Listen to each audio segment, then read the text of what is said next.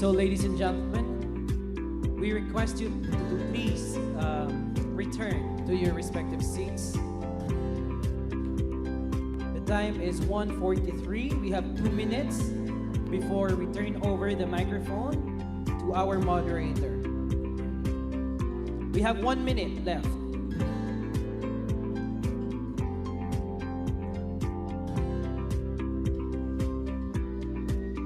May we call on once again the speakers for the plenary session 2.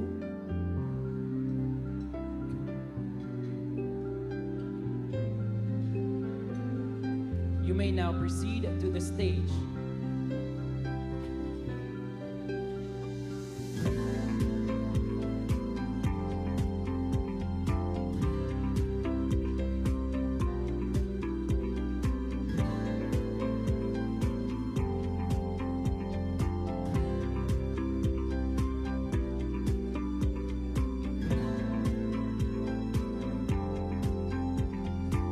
So, ladies and gentlemen, we're ready to return to our Q&A.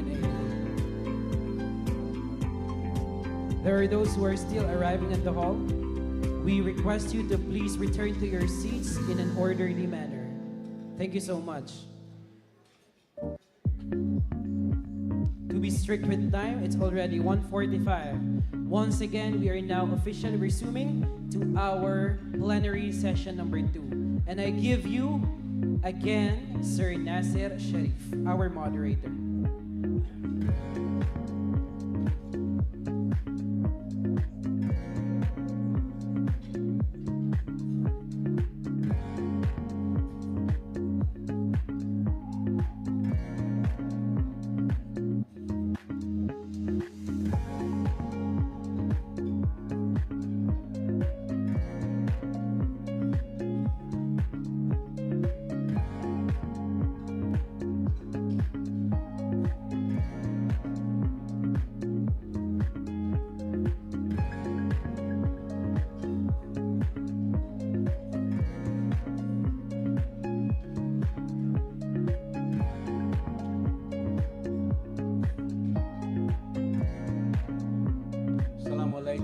Good afternoon, ladies and gentlemen.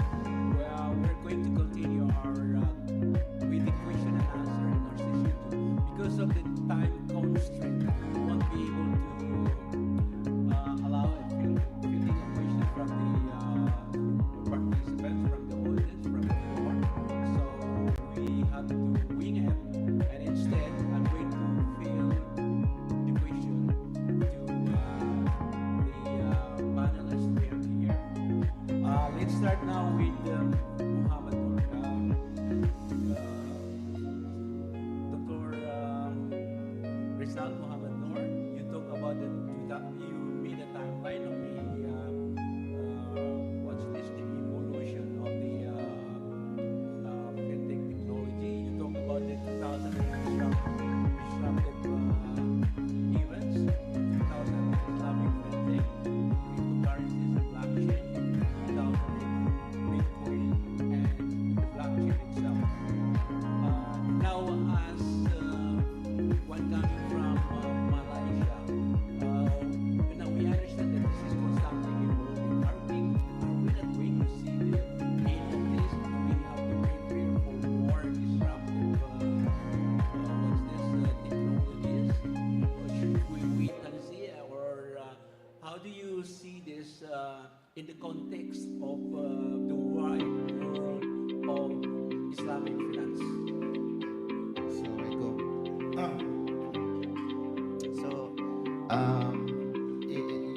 You might understand that I'm coming from a technologist point of view. So to me, this is something inevitable. I think cryptocurrency is going to be a big part of our civilization.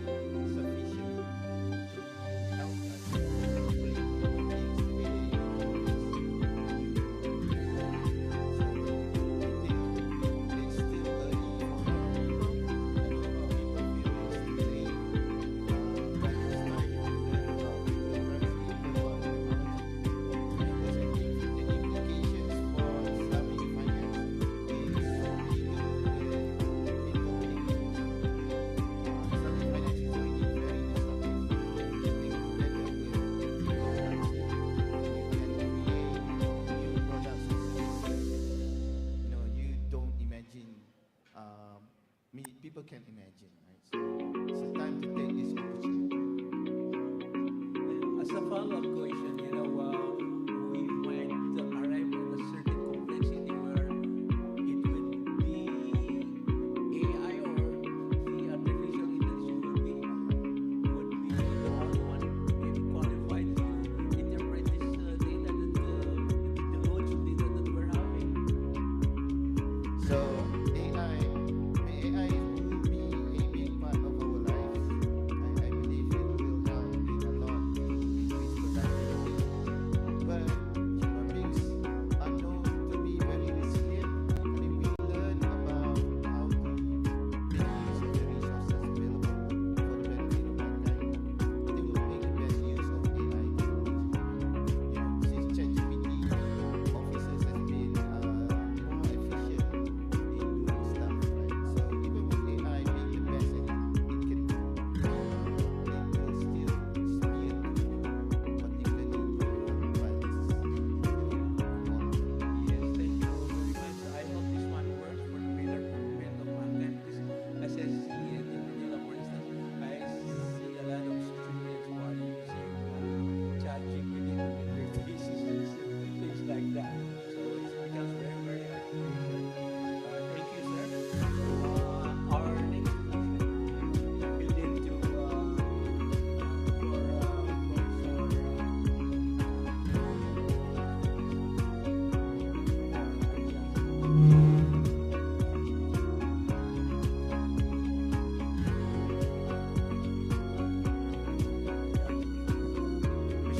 Donald Glover. I was always reminded about the RDS.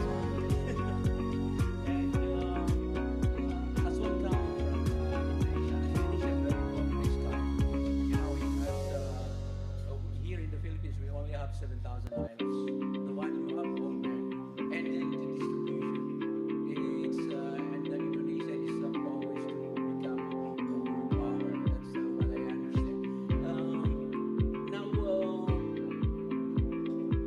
I heard lately, or rather, I have read that Indonesia is transferring its capital in Eastern Bataan. So that is near Balikpapan, just a stone's throw away from Sitanghay and Tawi-Tawi here in Mindanao. We're very near. You are now in Mindanao. So it's becoming a small world, the lower half of the equator. What are the plans of Indonesia insofar as this is concerned, and insofar as the Philippines and Indonesia when it comes to Islamic business? How do you think that we can collaborate more?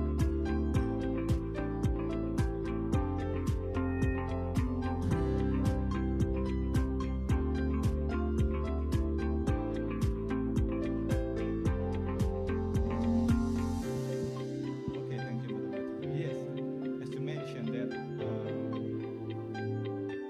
our government has a big project in East Kalimantan to move the capital city of Indonesia. This is the legacy of the President Widodo and the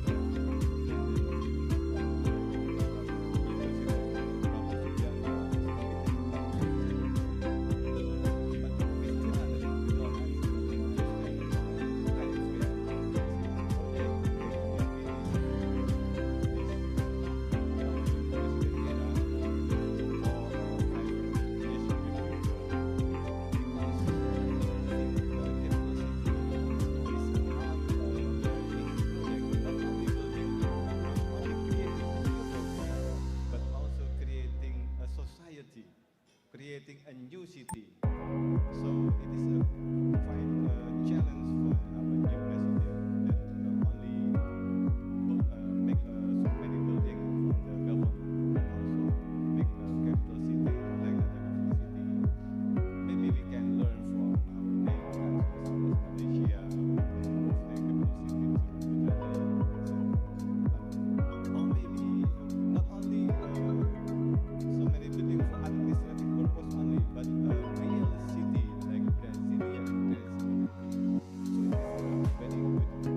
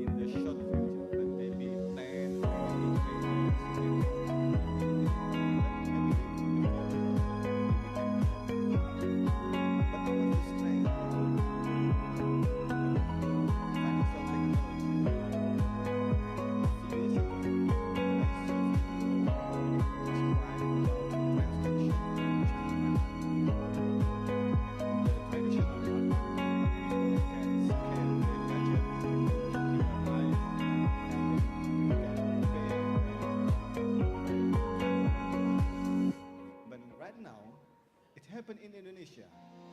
It happened in so many places and also in the village that people can make a transaction, not is cashless by their phone, by their gadgets. So it means that big potency for Islamic finance. When the people have a mobile phone and when he has a bank account, online bank account, so Islamic banking program can offer banking services in the market. So by doing this program, by doing the Islamic finance, good, very high in the future. Let's make a Some follow-up questions. You know there are many fatwas already banning fatwas. For instance, in Egypt, the ulamas has made some fatwas. Some are saying that cryptocurrency is haram or something like that. Do you think it's too early to make a judgment on this, or has decision matured enough to make a decision on these things? What is the take of Indonesian government? What is the current policy of Indonesia today? And in relation to that, has there been a working body in the Islamic countries? We have anything about 43 or something like that, a number of countries that works on this one.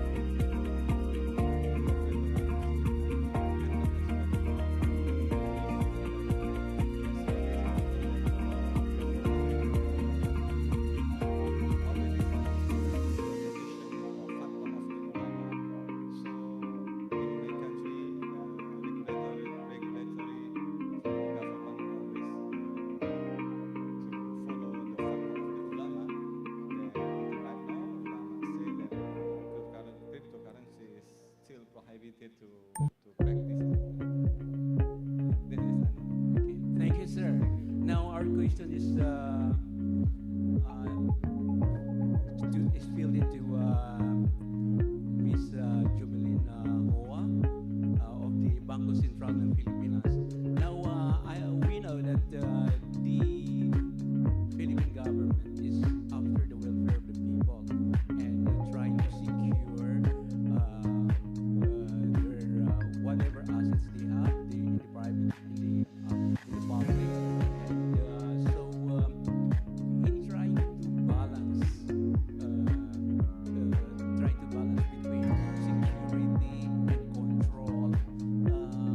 How is what are the mechanisms that is being put up by the central bank?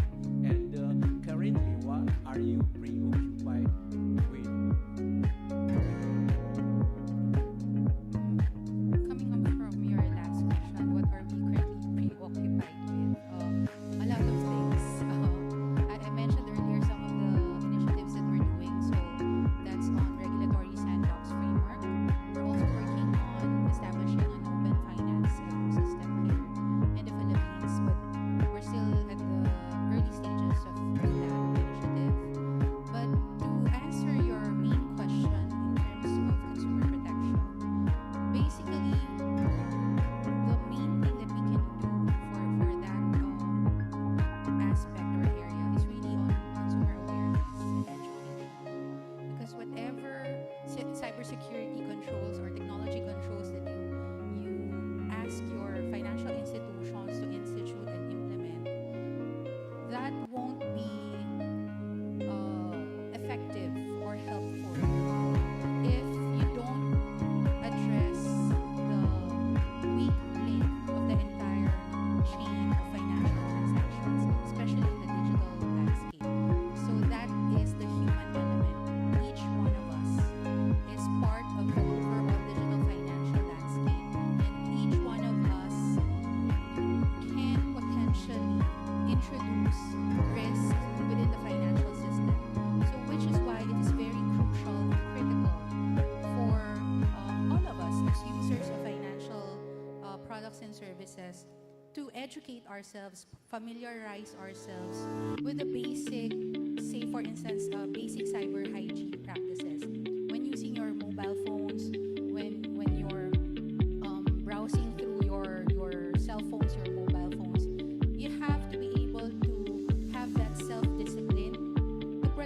digital identity, because no matter how big or how grand the initiatives of the financial institutions as well as the regulators are, if the individuals do not do their own part as part of the whole ecosystem, then we would be subject to cyber risks and other types of attacks. Again, the initiative or the motto that we have is cybersecurity or cyber hygiene is everybody's responsibility. Thank you, ma'am. The last one is for Takanpo Yuska. Sir, we are here. Welcome to Cagayan, welcome to Mindanao, and welcome to the Moroland. Our people here is for centuries has been, we have been at war with the colonialists, and then we have been at war also with the Philippine government who's trying to colonize us also. Do you have some template or a recommendation which we can use on, which you can suggest that might work for us to enhance our livelihood and jumpstart our way into the 21st century?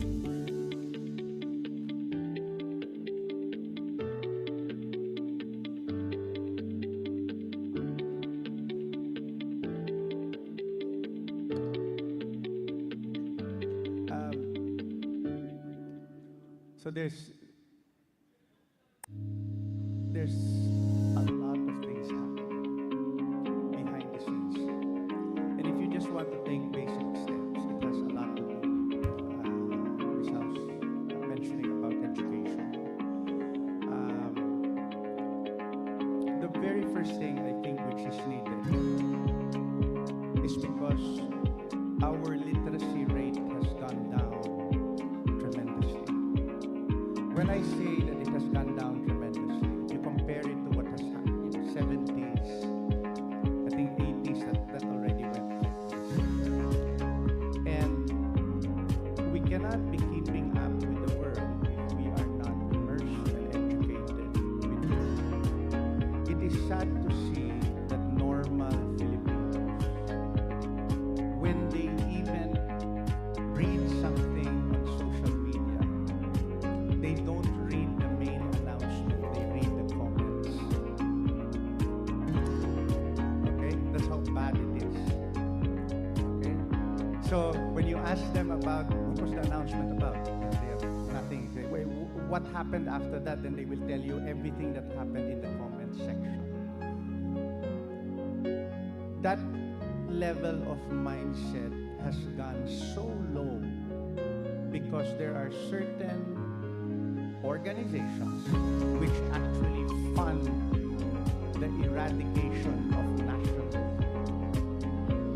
And when you say they fund the eradication of nationalism, they fund the eradication of cultural identities.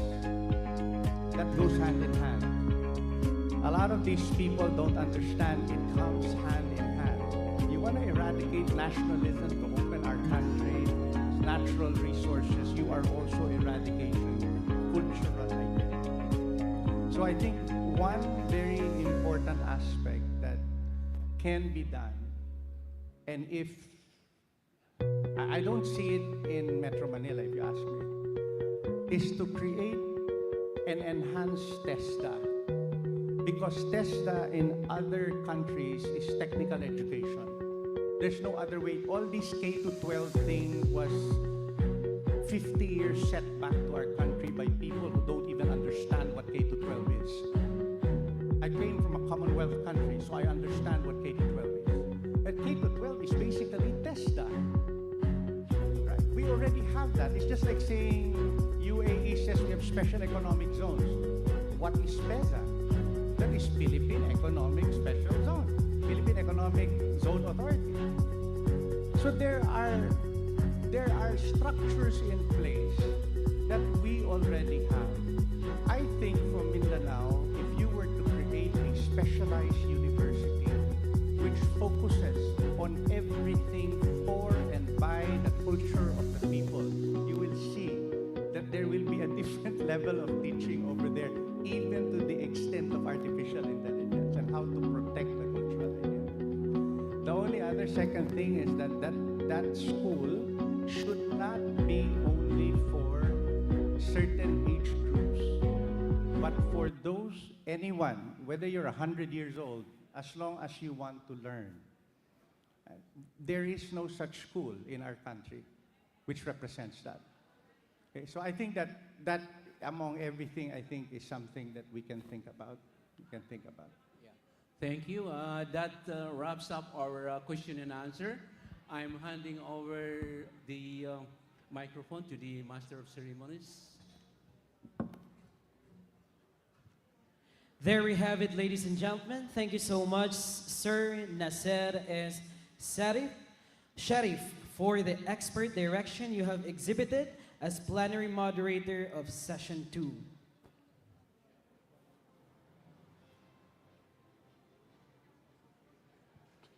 All right, now to award our tokens and certificates to our plenary speakers. May we call on once again on stage MSU Marawi Vice Chancellor for Administration and Finance, Attorney Saaduddin Alauya Jr.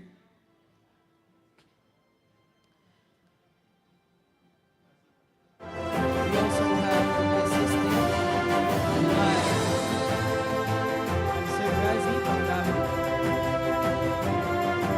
We have all the AICIF. Yes, we have once again here the AICIF President Dr. Muhammad Azmi is also being requested to assist our Vice Chancellor Alauya Jr. in awarding. And we also request here on stage MS Assistant Vice President for Academic Affairs, Asmina Dimalama.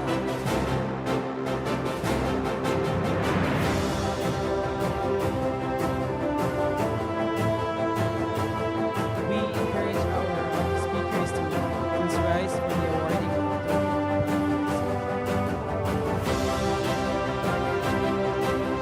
Mindanao State University and International Council of Islamic Finance Educators present this plaque of appreciation and token to Dr. Rizal Muhammad Noor of International Islamic University, Malaysia, in grateful recognition for sharing his invaluable expertise and experience as plenary speaker during the 12th ASEAN Universities International Conference on Islamic Finance, given the 17th of Jumada al-Awwal 1446 of Hijrah, or 19th of November 2024, at Limcat Dialogues Hotel, Cagayan de Oro City, Philippines.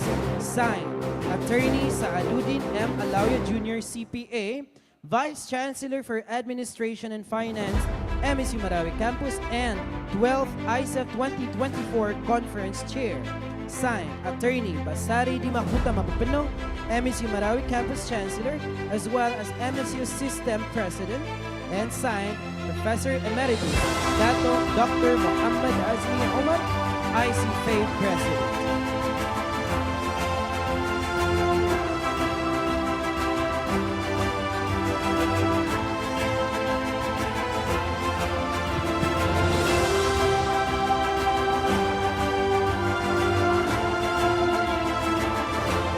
The same plaque and token of appreciation is being presented to Professor Dr. Misdan Ardiansha of Universitas Islam Negeri Sunan Kalijaga, who is, I believe, is being represented by our plenary speaker.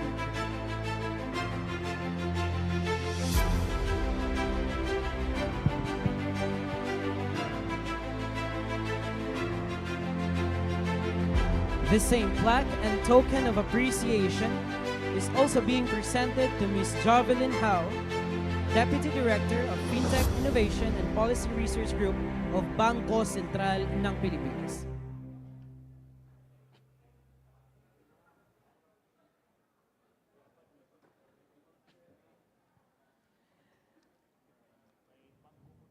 And last but not the least, the same token and plaque of appreciation is being presented to Mr. Paul Infante Muñozca of Banco Maharlika Ltd. Muñozca Foundation.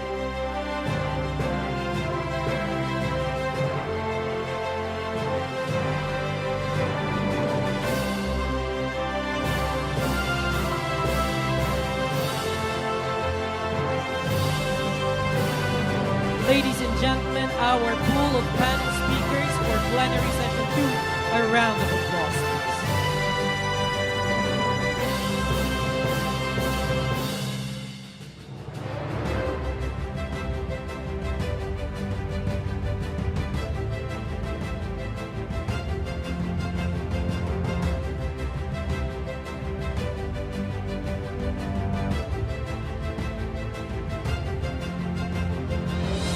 All right, thank you so much, our dear plenary speakers.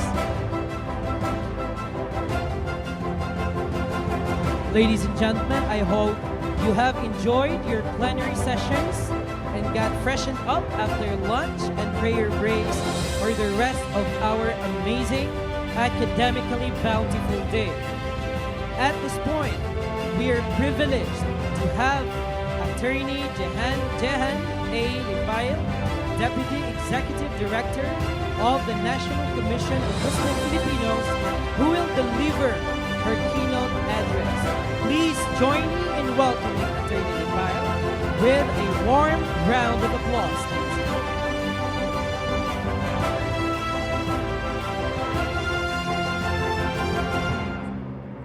We would like to request our technical team to please flash our PowerPoint for Madam Lipayo.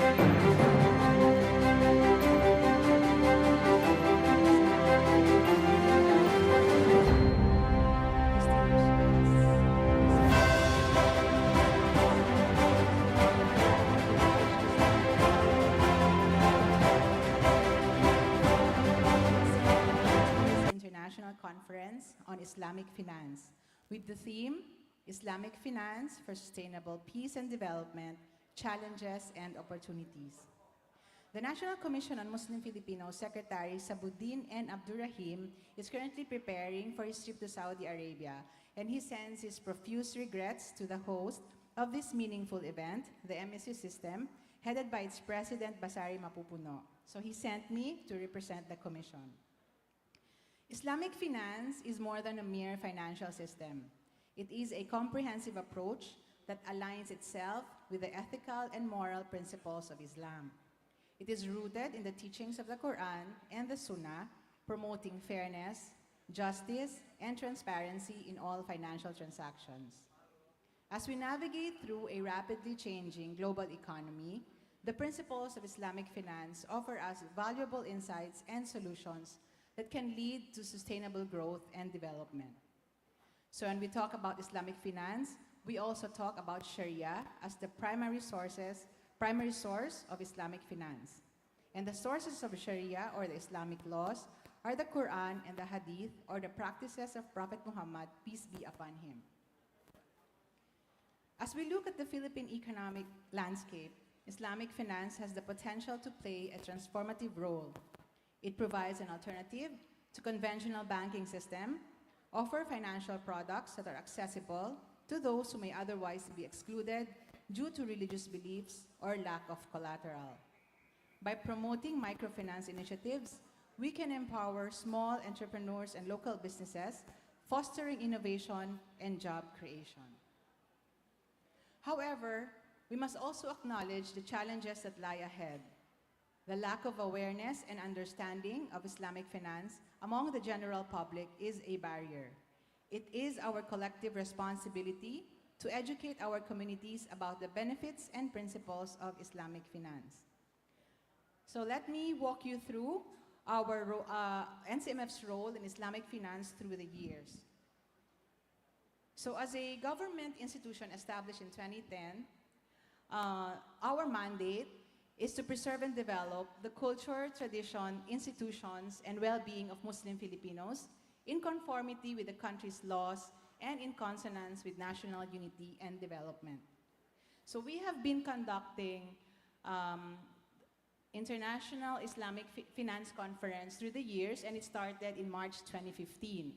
The theme was NCMF, the way forward, bringing the Muslim Filipinos to the ASEAN and the Muslim world. The second one had the theme Trabaho Ko, Ibada Ko, mainstreaming Awqaf and Islamic microfinance towards SMEs empowerment. Then for the third one, it was a two-part conference held in 2017 and 2018, and we had Senator Mig Zubiri as our keynote speaker.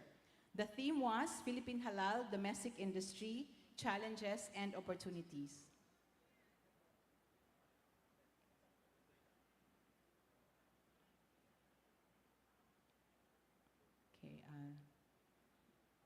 Next, Secretary, there. So that's the last IIFC. It was attended by Benjamin Jokno, then BSP Governor. And we had the theme, Strengthening Islamic Banking and Finance in the Philippines Towards a Global Halal Economy. So what were the outputs of these IIFC? So it brought the discourse up to the level of government awareness on the opportunities and prospects of Islamic finance as part of the government programs. It influenced the enactment of halal ordinances in some local government units, especially in Mindanao. Memoranda of understanding were also signed between our agency and other Islamic financial institutions. The enactment of RA 10817, or the Philippine Halal Export Development and Promotions Act of 2016,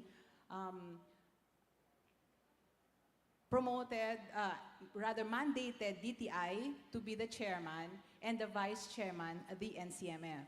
So our current secretary, Secretary Sabuddin N. Abdurrahim, then met with the former DTI Secretary Alfredo Pascual. We also launched our halal modules at UP Diliman. So we turned over, there was a ceremonial turnover at UP Diliman, and also with the AIM, or the Asian Institute of Management in Makati, where you can find the copies of our halal modules in their knowledge center. I think it was also mentioned a while ago that we participated in the training course on associate qualification in Islamic finance, or AICIF. So we also had memoranda of cooperation on halal investment development with Islamic finance organizations. So today, I take this opportunity to urge every one of you to take an active role in promoting Islamic finance within your spheres of influence. As mentioned earlier, currently, NCMF employees are taking some significant course on Islamic finance granted by Bangko Sentral of the Philippines in partnership with IOFI and ADB. Some of the courses that our employees took were basic principles on Islamic finance, capital markets, Sharia audit, which includes the study of Sharia government framework. Our regional offices have also helped in cascading their knowledge on Islamic finance and have been conducting awareness programs. So let us work together to develop educational programs and support initiatives that align with our values. By fostering a culture of ethical finance, we can ensure that our communities not only grow economically, but also uphold the values of compassion and justice that are central to our Islamic faith. So before I end, with your indulgence, let me show you a video presentation of our last Islamic Finance Conference. Secretary.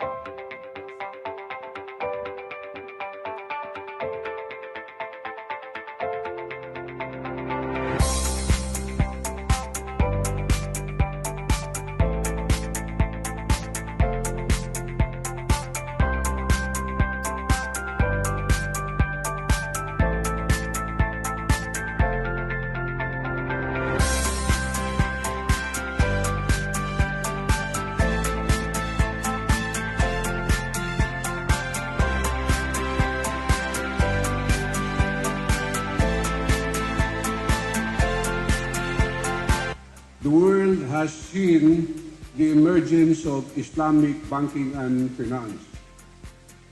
Today, more Islamic banks have been established all over the world than at any other time in history, scoring an impressive $2.2 trillion US dollar global industry.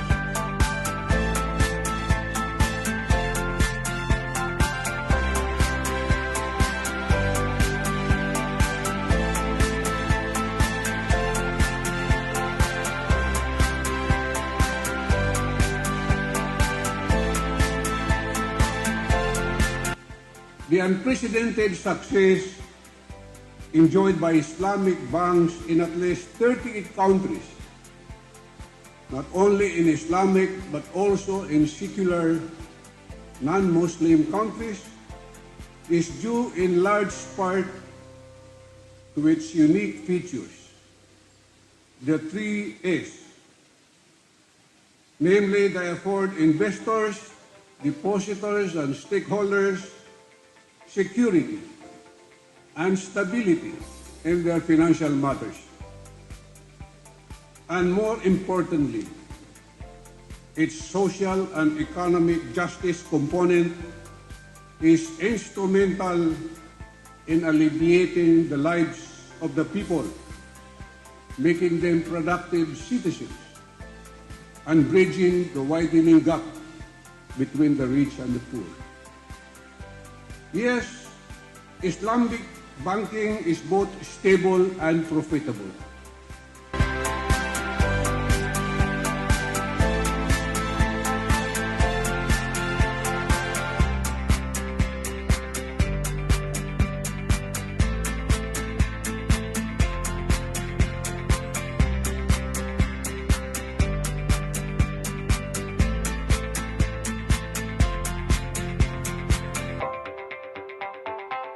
The President, Rodrigo Roa Duterte, has now provided us the enabling environment when he signed into law Republic Act 11439, or the act providing for the organization and establishment of Islamic banks in the Philippines.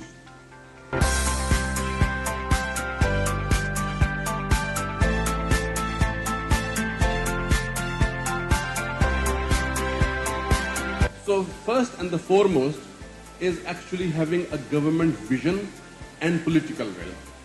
Now this is very important because without having this, it will be very difficult, to achieve your objective. Now what's great that I see here in the Philippines is we have already seen, heard this morning very clearly from, the key stakeholders and the leaders of, the institutions, that there is a very clear vision now that this is part of, the government engagement. This is where, what's going to be, and there is a very strong political to make it happen. So this is one of the most important, aspects of the policy framework.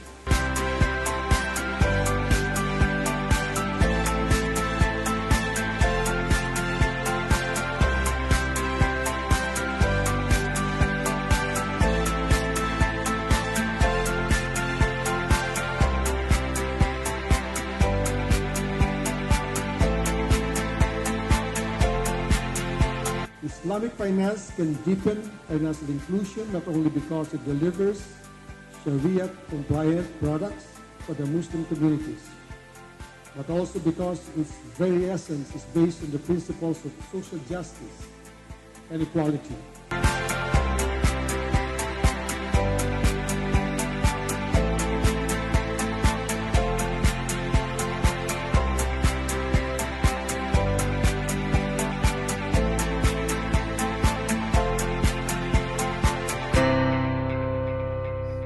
Thank you for your attention, and may Allah guide us in our efforts to promote ethical finance for the betterment of all. Wabillahi taufiq wal hidayah wa assalamu alaikum wa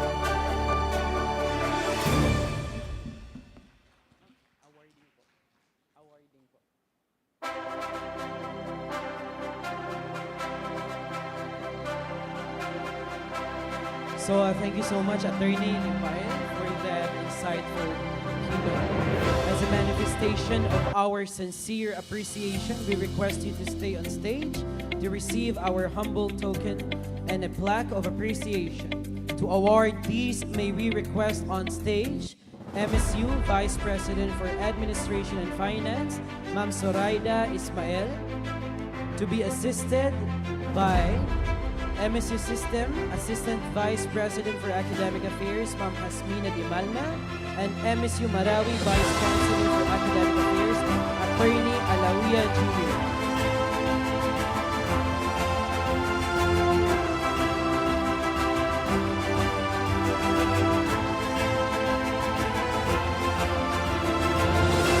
Mindanao State University and International Council of Islamic Finance Educators present this plaque and token of appreciation to Attorney Jehan A. Ibay, Deputy Executive Director of the National Commission on Muslim Filipinos, in grateful recognition for sharing her invaluable expertise and experience as keynote speaker during the 12th ASEAN Universities International Conference on Islamic Finance, given this 19th of November 2024 at Limket Kai Lux Hotel, Cagayan de Oro City, Philippines. Signed, Attorney Saaduddin M. Alawia Jr., CPA, Vice Chancellor for Administration and Finance of MSU Marawi Campus and the Chairman for the 12th AICIF 2024 Conference. Signed, Attorney Basari Di Makuta Mapapano, MSU Marawi Campus Chancellor and MSU System President. Last but not the least, signed, AICIF President, Professor Emeritus Dato Dr. Muhammad Azmi Omar.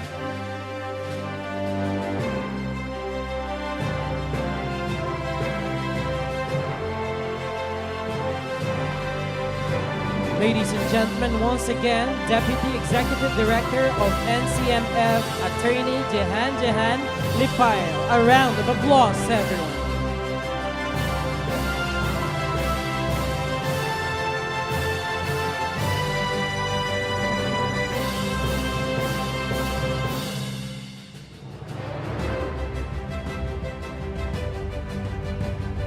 All right, thank you so much.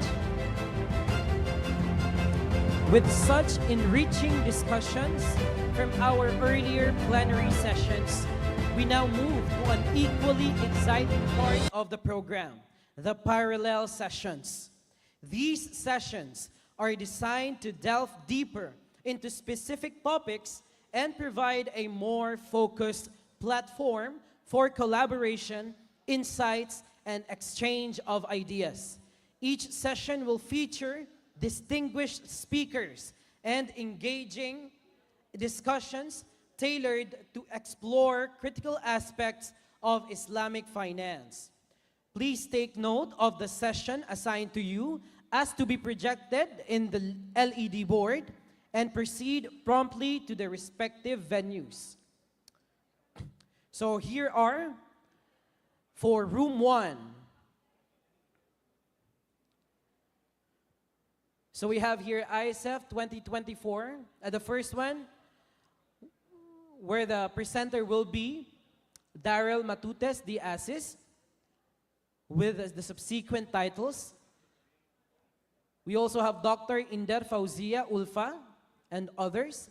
Dr. Rizal Muhammad Noor, Ma'am Mernife El Makopaguro, and Sir Muhammad Gafur Wibo. Ladies and gentlemen, once again, this is for room 1 of our parallel session. We also have Professor Dr. Rezali Haron, Dr. Sitiawan, Professor Dr. Nur Hidayati, Miss Nur Nabila Muhammad, Savira Maulida, Miss Putri Ayu Rizki Aulia, also for room 1, but for 3 p.m. to 4 p.m. in order. We also have for 4 p.m. to 5 p.m. in order for room 1, we have Dr. Zaki Zaini. We also have Miss Violin Ladies Aulia, Mr. Jamaluddin Yaqub, Mr. Amin Talib, Professor Dr. Said Maksudur Rahman, Professor Dr. Rezali Haron. And do we have more? Those are for parallel session 1. Parallel session 2. This will be for room 2. From 2 p.m. to 3 p.m., we have the following presenters. We have Mr. Jamaluddin, Sir Jamaluddin Basar, and others. Dr. Sitiawan, Mr. Ahmad Nordani, and others. We also have Dr. Ashurov. We have Professor Dr. Razali Haron and Dr. Ashurov. 3 p.m. to 4 p.m., we have Azra Nawal, Dean Abdul Kader M. Ayo for 2 separate paper presentation. We have Siti Apipa B. Pangaga and others. We also have Dean Shahraman D. Haji Latif. 4 p.m. to 5 p.m. at the same room, we have Sir Nasser Andam Jr., Miss Jasra Bahira Ibrahim, Miss Papala Masurong, or Mr. Miss or Dr. Widad R. Minudar. We also have Ma'am Dean Imara Andam. We also have Sir Abdul Jabbar D. Luqman. Parallel 3. For parallel session number 3, we have 2 p.m. to 3 p.m. at room 3. Professor Muhammad Nur Al-Arif and others. Yayu Putri Sinjani. We also have Sir Ali Rama, Sir Sofyan Rizal. We have Nofrianto. We have Gary Kawasan, sir. 3 p.m. to 4 p.m. at the same room, number 3, we have Sir Galu Sakar Jagad. We have Madel Conales. We have Sir Rahmawati. We have Dr. Zahia B. Hajisali. We also have Dr. Ahmad Afandi and Professor M. Cornia Rahman Abadi. And for 4 p.m. to 5 p.m., we have in room 3, Professor Ms. Nen, Dr. Amni Suhaila. We also have Mr. Muhammad Lutfi. We also have Sir Muhajirin. We have Haja Nur Anisa binti Haji Sarbini. And we also have Sir Raskino. And I believe this is the last pool for room 3 at parallel session 3. Ma'am Janna Dirampatan and others. Sir Dr. Anwar M. Radiamuda and others. Professor Sir Haila L. Latif Yusuf, PhD, and Dr. Jawad Z. Salik, 5 p.m. to 6 p.m. We also have parallel session 4. This will be at room 4, but it will be starting at 5 p.m. to 6 p.m. The presenters are Miss Nur Asia C. Dimatanday, Miss Isnia Iskandar, and others. And we have Miss Ana Shaharina B. Gumampong. We also have, yes, I believe this is in no particular order, therefore. We have for room 4, 3 p.m. to 4 p.m. Sir Sunarsi, Sir Rizaldi Yusfiarto, and others. Rospita Rani Pertiwi, and others. Dr. Said Musa Al-Habsi, Dr. Tri Wikaningrum, Ma'am Amira Guro, Sir Hanafi El Abdul Malik, on 2 separate paper presentations. Room 4, 4 to 5 p.m. So we have here Sir or Ma'am Muzdakifa S. Omar Sali, Ma'am Faila M. Samimi, Dr. Said Marwan, Ms. Asnaima M. Makadindang, and others, and Dean Shahraman Haji Latif. Yes, once again, 5 to 6 p.m., as mentioned a while ago, we have Nor Asiya, Dimatanday, Isnia Iskander, and others, and Ana Shaharina B. Gumampong for room 4. So there we have it, ladies and gentlemen, the room assignments, as well as the presenter's assignment to which your interests may suit. So if you are interested to listen to their presentations, you may now proceed to the assigned room distributions. We have our student ushers to assist you should you need any assistance in finding the rooms. Let's make the most of these specialized discussions to further enhance our knowledge and understanding. Thank you and enjoy the parallel sessions.